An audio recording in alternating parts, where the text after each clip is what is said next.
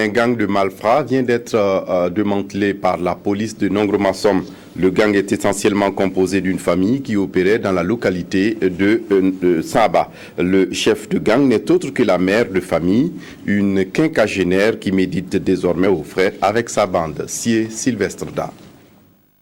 Après avoir reçu un coup de machette sur la tête et passé des jours dans le coma, Rokatou Traoré ne pourra peut-être plus jamais marcher normalement. Elle qui a vu un côté de son corps se paralyser. Son malheur, elle le doit à ce gang de présumés malfrats spécialisés dans les vols avec agression et effraction. Je venais du marché vers les 19h30 comme ça. En temps, mon portable est sonné. Je me suis arrêtée pour décrocher. Je les ai vus remorquer. En même temps, ils se sont arrêtés, ils voulaient me demander la route de Yarma. Et moi, je dis, je ne connais pas le coin là. En même temps, l'autre là a serré mon cou et l'autre là a tapé la tête là. Ils ont arraché mon manteau là et puis mes sacs là. Il y avait 300 000 dans mon manteau, dans ma coiffe. Ils ont pris tout. Démantelé par le commissariat de police de l'arrondissement de Nongro-Massom, le gang était basé à Saba. Il est composé en majorité de membres d'une même famille.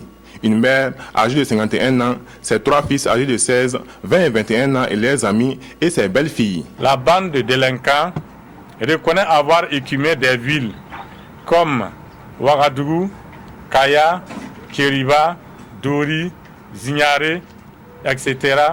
où ils ont volé plus de 100 motos, toutes marques confondues, avec une préférence pour les engins d'origine Exciter 135, Nano, Spark X. Les motos volées sont par la suite écoulées par l'entremise de 4 resellers qui opèrent à travers toute la ville de Ouagadougou et dans le marché de Saint-Cancé. Les stations d'essence, les boutiques, les alimentations constituaient leur cible de préférence.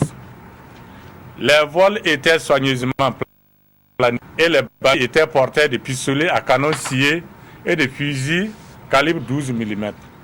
Ils exerçaient des violences physiques graves sur les victimes qui tentaient de résister à leur agression. Les bandits n'hésitaient pas aussi à faire usage d'armes blanches telles que le marteau, la hache, le démonte-pneus, le poignard et autres.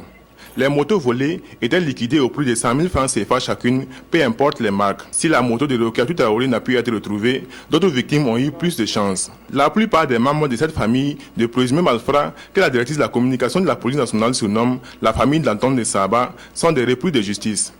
Même que certains de leurs acolytes participaient aux opérations depuis la prison. Les 8 interpellés seront conduits devant le procureur du Faso et la police en appelait une fois de plus à la vigilance et à la collaboration des populations pour mener ensemble et efficacement le combat contre l'insécurité.